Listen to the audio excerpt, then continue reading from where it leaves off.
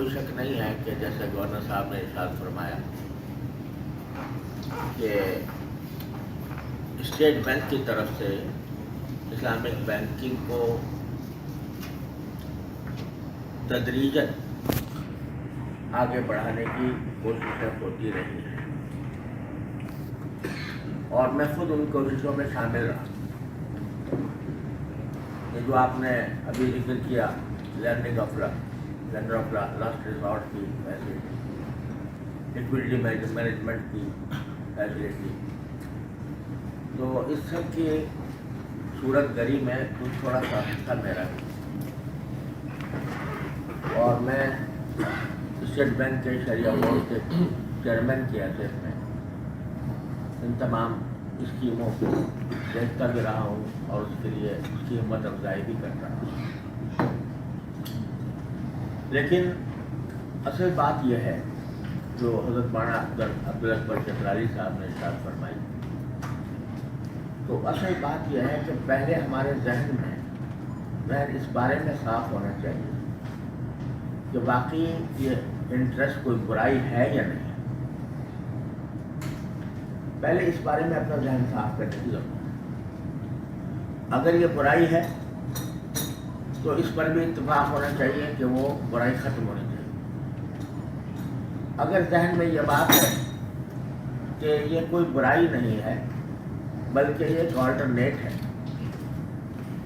اور ہم ایک ساتھ آلٹرنیٹ دو قسم کے چلا سکتے ہیں،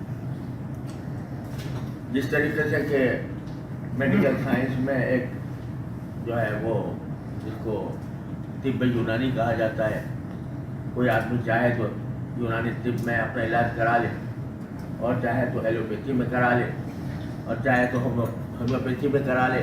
تینوں آپشن اس کے پاس اویلیبل ہیں مساوی طور، یکساں طور، یعنی کسی کو کسی پر فوقیت یا ترجیح حاصل نہیں. اگر ذہن میں یہ بات ہے کہ انٹرسٹ بیسڈ سسٹم بھی ایک آپشن ہے اور جائز آپشن ہے اور مناسب آپشن ہے اور ساتھ ہی اسلامک فائنانس بھی ایک آپشن ہے، لیکن دونوں مساوی طور پر مناسب ہے، چاہے یہ اختیار کر لو چاہے وہ اختیار کر لو. اگر یہ ذہن ہے تو اس ذہن کے ساتھ تو ہم ربا کو کبھی ختم نہیں کریں.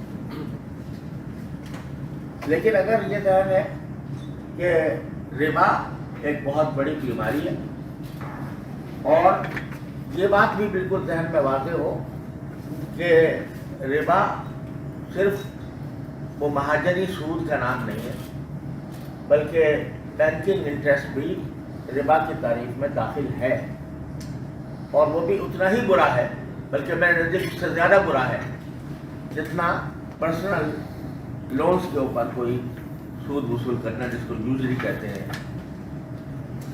تو پھر اس صورت میں ہماری اپروچ مختلف ہے.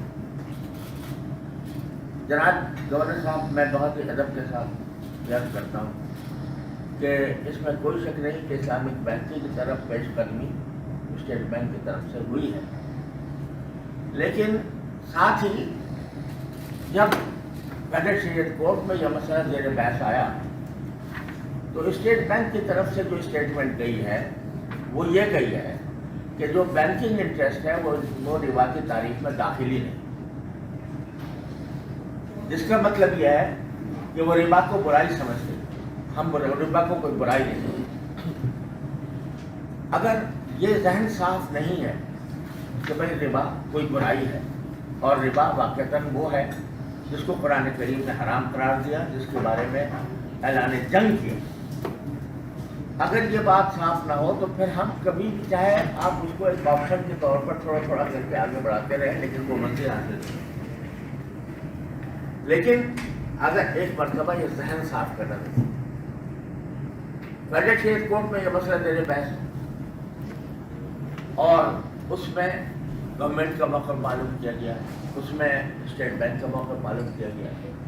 وہاں جو موقف ظاہر کیا گیا ہے وہ یہی ہے کہ پہلی بات یہ کہ ربا جو ہے وہ زمانے میں ہوا کرتا تھا جس میں شخصی لون لیے جاتے تھے، پرسنل لون، اور ان کے اوپر اضافہ لیا جاتا تھا تو وہ حرام تھا. لیکن جو یہ موجودہ بینکنگ انٹرسٹ ہے یہ حرام ہی نہیں ہے.